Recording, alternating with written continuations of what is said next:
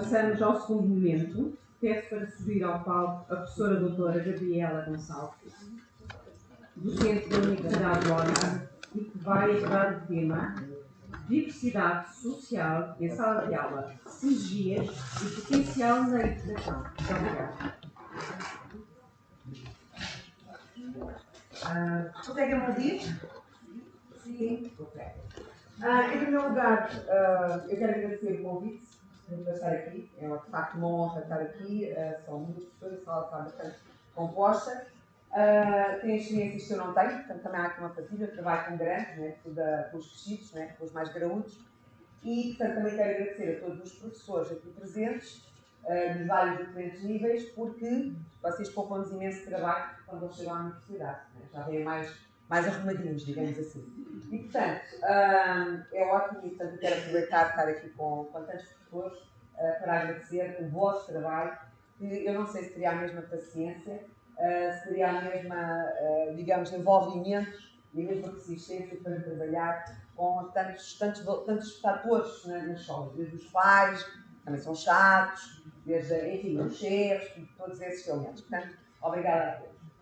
Enfim, eu vim falar sobre diversidade social em sala de aula e as sinergias potenciais na educação, mas, infelizmente, eu peço imensa desculpa e acho que aqui vão bater, eu não gosto de inclusão e não gosto de igualdade. Ok? Portanto, eu lamento muito, mas de facto, para mim isso não faz sentido, está bem? Antes de começar a debater, eu tenho um desafio para vocês, está bem? E o desafio é o seguinte: vamos ver um bocadinho a história atrás, está bem? Alguma história atrás.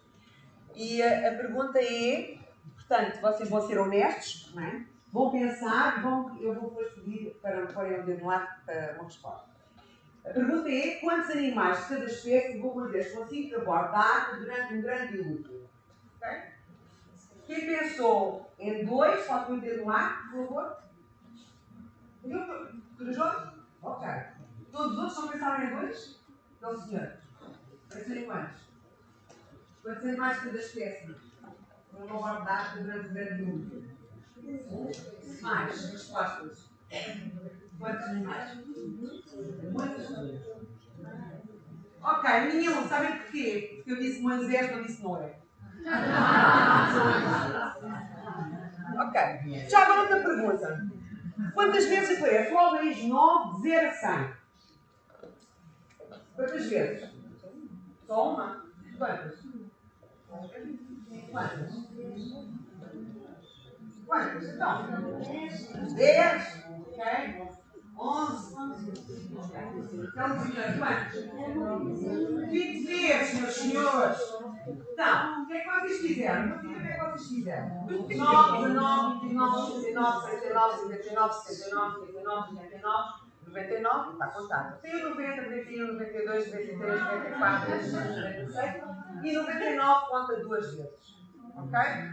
Portanto, na verdade, aquilo que os senhores fizeram é um exercício de raciocínio. A gente já lá vai. Já agora, para ver esta figura, podem olhar para a imagem, por favor. Ok. Então agora, podem descrever que imagem é este senhor. Que imagem é que viu? Crianças. O grupo de crianças. Podem botar mais pormenores, podem descrever melhor. Meninos e mais. Várias raças. Ok. Então deu jeito para. É um bocadinho diferente. Se eu não tiver visto a imagem, e disserem de meninos e meninas, estudantes, e vi várias raças, eu consigo imaginar mais fácil aquilo que é o desenho do que me disserem só crianças, certo? Ok? Mas vocês o que fizeram, que é perfeitamente humano, foi categorizar. Ok? Os senhores fizeram, fazemos todos, como é que eles fez, eu também faço, fizeram aquilo que é categorização. Agrupar. Ok? E o agrupar é a classificação e o agrupamento em categorias, por semelhança de estímulos, permite-nos construir um mundo significante, estável, explicável e, consequentemente, previsível. Ok? E isso é humano. De facto, fazer categorias não quer dizer que sejam mais pessoas. Ok? Significa apenas que funcionam mentalmente de forma saudável. Nós facilitamos imensas categorias. Ok? Nós agrupamos por igualdade. Isso facilita aquilo que vocês fizeram, os animais, cada espécie e tal. Vocês o que ouvem é Animais, água, dilúvio. 2. Não vimos tudo. Quando eu perguntei do algarismo, não há uma rotina de pensamento. 9, 19, 29, 39. Eu às vezes peço aos alunos para escreverem no papel e tudo. Isso tem um tempo, escrevam. Mesmo assim, raramente acerta alguém. Ok? Isso não tem problema nenhum, porque nós precisamos disso. É evidente que utilizamos essas categorias para tudo, para as cadeiras, para os objetos, seja para objetos ou para pessoas, em que chamamos de categorias sociais. Ok? Ora, na verdade, quando nós associamos, e agora, uma coisa que as pessoas gostam imenso de falar mal, e eu sou uma defensora acérrima, ok? Que é dos estereótipos. Então dizendo assim, eu não tenho estereótipos. Eu, alguma vez, para mim toda a gente é igual. Não é verdade. E os estereótipos não têm problema nenhum. São crenças partilhadas com outros a propósito das atributos pessoais específicos do dado grupo. Ou seja, quando a gente diz Espanha, nem bons dentes, nem bons casamentos, estamos a partilhar com a cultura portuguesa um conjunto de informação, não é? Então, histórico, a gente sempre diz isso, não é? Quando eu digo, por exemplo, imagina que eu dizia assim, não é bom cheiro, porque eu vou dizer na minha opinião, portanto, é uma teoria implícita da personalidade, mas imagina que eu quero partilhar. Os políticos são mentirosos, ok? Então, nós vamos que é estereótipo que é partilhado, ok? E pergunto-vos a vocês, eu gosto ou não gosto de políticos? O que é que acham? O que é que acham? Não? Não, senhores, eu adoro! Adoro, sabe porquê? Porque para mentir é preciso ser muito criativo e inovador. E depois é uma coisa fantástica. O que eu quero dizer é que o facto de ser uma crença não diz nada sobre a avaliação que eu faço dessa crença. O problema não são as crenças, são a avaliação que eu faço. O facto de ser amarelo, eu não gosto. O não gosto é que é mau. Não é o facto de ser amarelo. Porque o ser amarelo facilita também a vida. Há bocadinho, quando escreveram as crianças, vocês disseram muito bem, há muito de crianças, meninos e meninas, de várias raças, não é? De várias características físicas. Ok. Portanto, na verdade, os estereótipos não têm mal nenhum, são facilitadores, são um recurso cognitivo, ajudam-nos imenso e ainda bem que a gente os tem, está bem? Porque ninguém consegue sobreviver mentalmente, cognitivamente sem isso. A avaliação que eu faço é que é negativa, ok? Portanto, dando um bocadinho o exemplo, eu trouxe aqui umas panelinhas. Estavam a perguntar se eu ia cozinhar. Eu não vou cozinhar.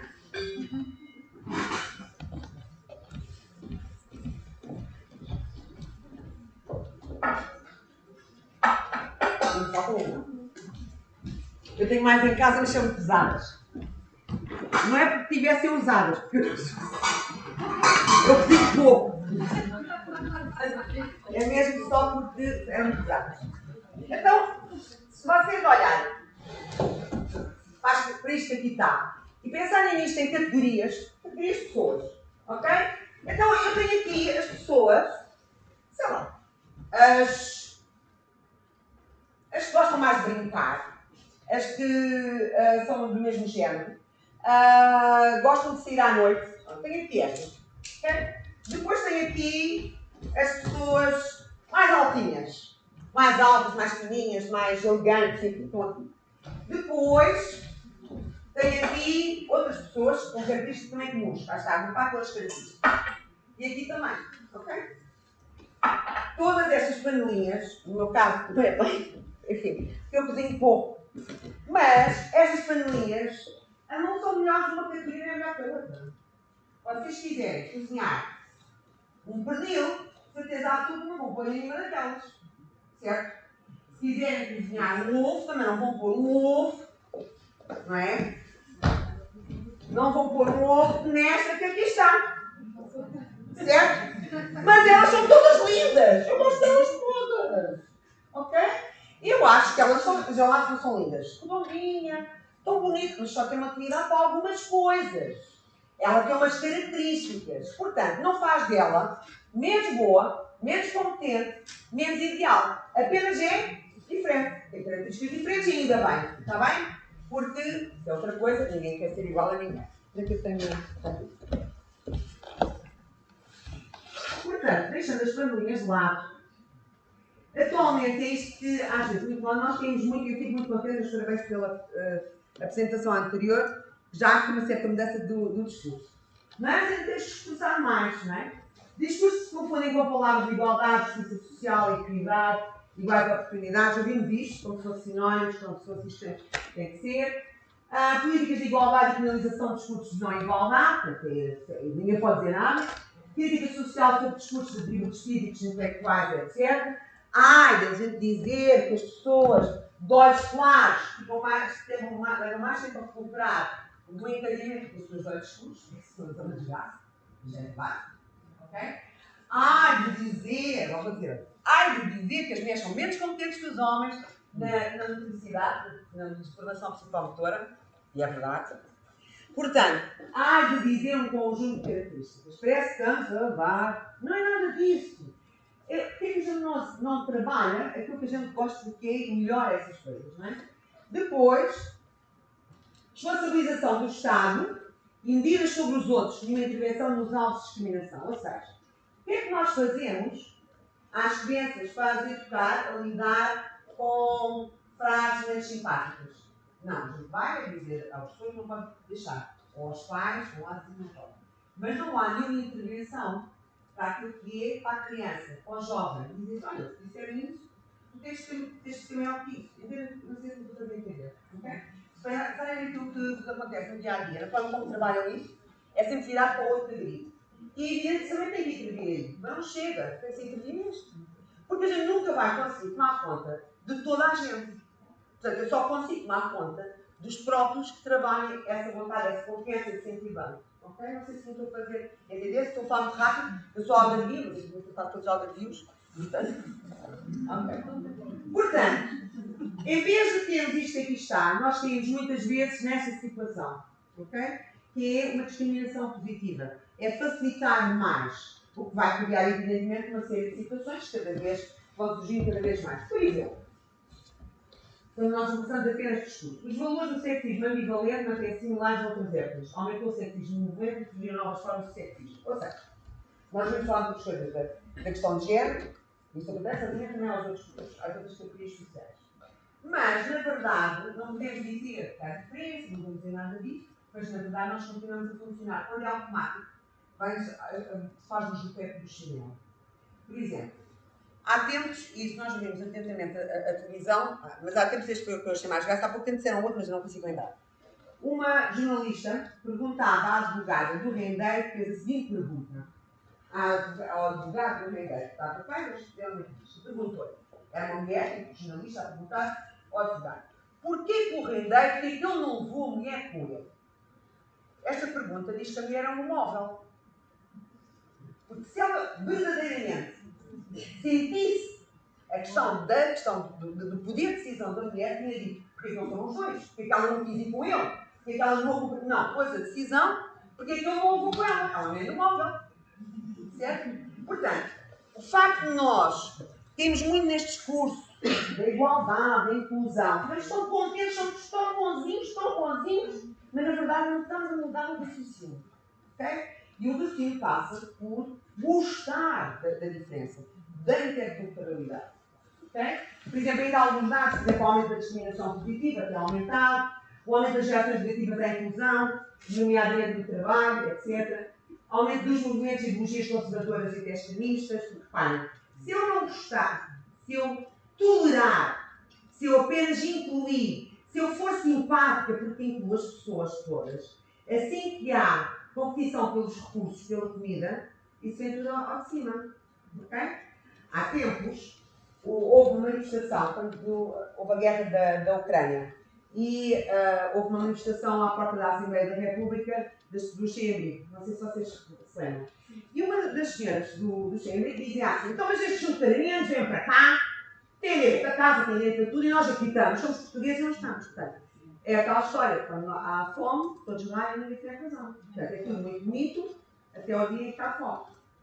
Quando eu considero que eu não estou a fazer o favor de integrar, não estou a acomodar a integração, dizer, ok, aceito, não tenho outro remédio, ok, eles são queridos, okay.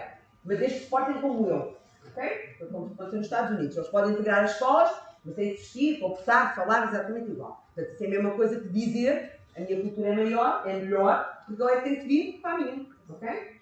Portanto, Ora, e nós vimos, e sabemos, por exemplo, posso dizer, Portugal tinha nos indicadores da paz social, que há muito poucos anos, não agora todos os indicadores, mas um deles era de 2018, depois 20 e 22, esteve sempre, durante muitos anos, nos primeiros 5 países, em que os indicadores, os vários indicadores de paz social, estavam nos 5 países melhor, e já diminuiu. Ok? Se nós pensarmos naquilo que são os movimentos mais conservadores, mais extremistas, também é notória esta questão. Okay?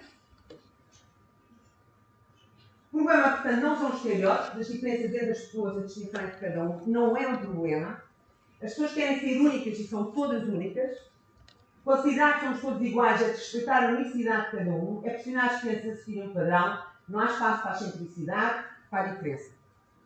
Respeitar, incluir, beneficiar a diferença é uma etapa, mas é muito limitadora. Portanto, a inclusão é por isso que eu escrevi isto, porque na verdade eu tenho que valorizar a diferença, a minha e a do outro. Eu tenho que dizer que isso é bom, isso traz qualquer coisa. Portanto, não há duas escolhas iguais, no entanto, não há organismos, entre elas o entre os ramos são três. Ora, todos os organismos, a proposta, também não quis deixar de dizer aqui uma proposta, todos os organismos vivos estão agindo continuamente e, portanto, estão sempre em processo de transformação. Não é? As pessoas todas, os vossos alunos, nós estamos sempre, até morrer, a aprender e a mudar. Não mudamos tudo, nada completamente estável, mas portanto, a ideia do agente é qualquer coisa que está sempre em atividade. Em atividade ponderada, não é não intencional, não é o livre-arbítrio, temos algum poder de decisão. E resulta, evidentemente, das todas as nossas relações, etc. Portanto, todos os seres humanos são igualmente agentes no estado de ser. A diversidade na atividade humana, a agência é sustentada por três domínios, recursos de poder, individual, relacional e cultural. Todos os três domínios podem ser aprimorados pelos contextos sociais, desculpa, está ali no e, portanto, podemos falar em espaços acomodativos sinérgicos. Acomodativos aqui no sentido da sinergia, de aumentar o valor, ou seja, o facto, e isso não é nada novo, nós sabemos todos que 2 é diferente de 1 mais 1, não é? Portanto, aqui é pensar exatamente a mesma coisa em termos de cultura.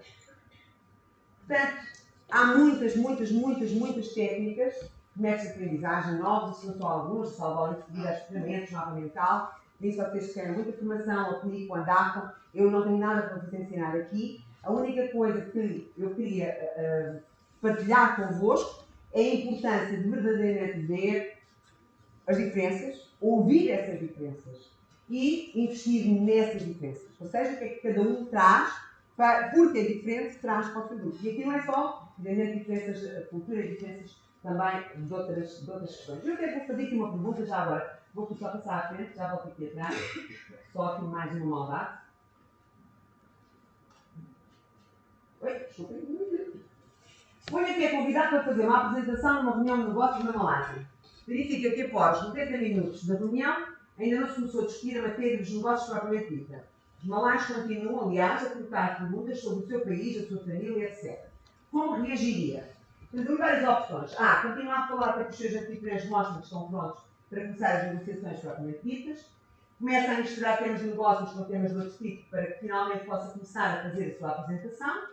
Amigavelmente pergunta aos seus anfitriões se pode começar a apresentação. Ou por último, para de falar e começa a fazer a sua apresentação. E eu ia perguntar, por exemplo, aqui a esta colega, qual é que escolheria?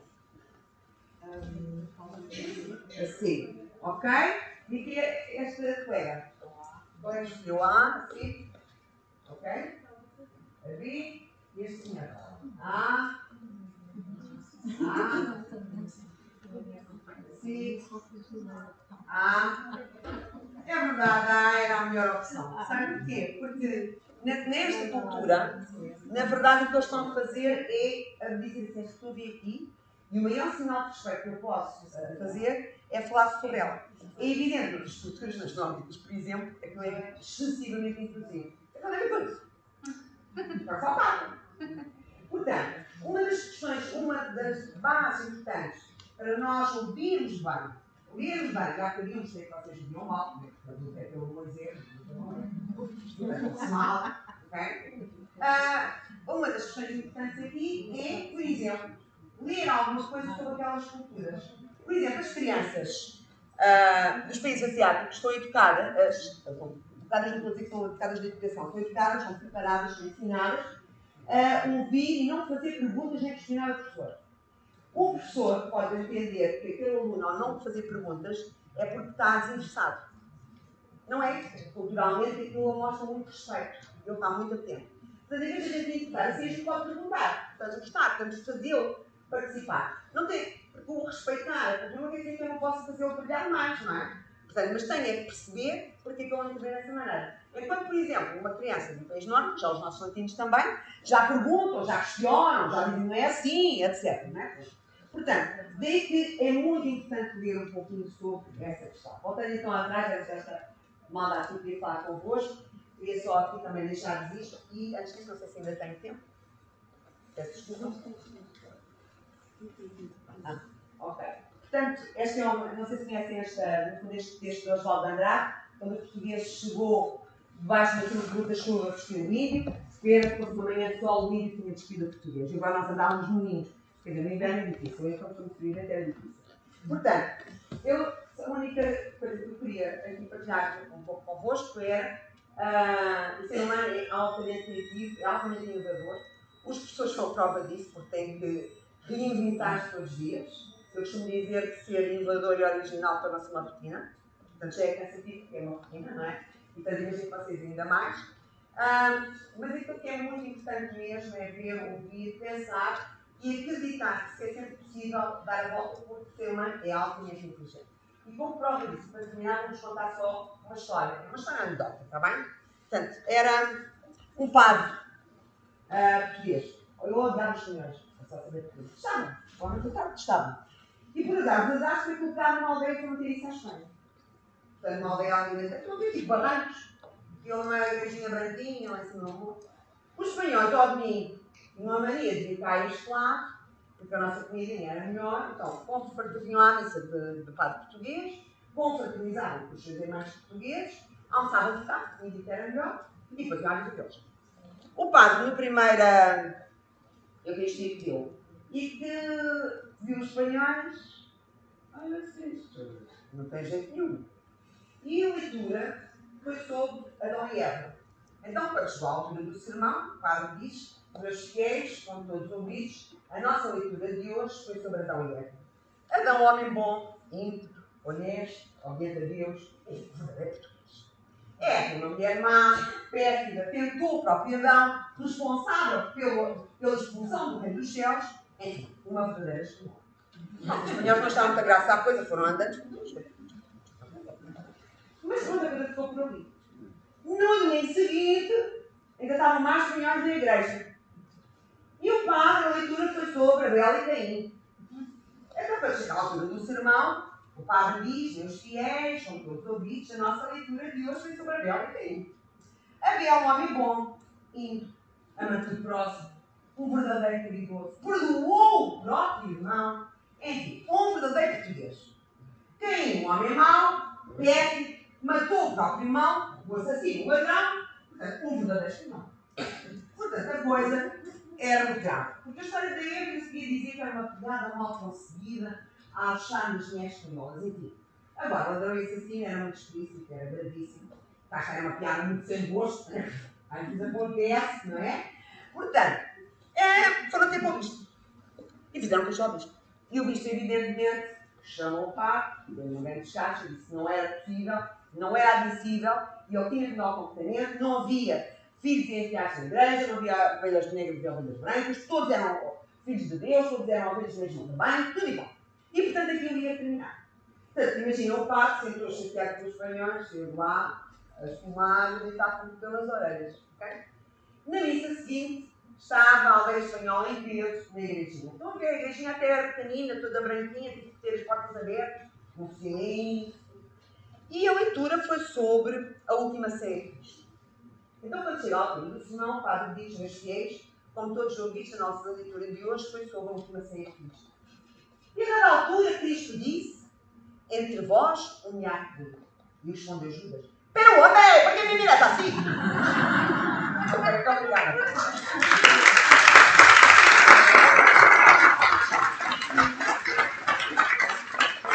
Muito obrigada, doutora Gabriela, Mas cachinhos. por este mês tão rico.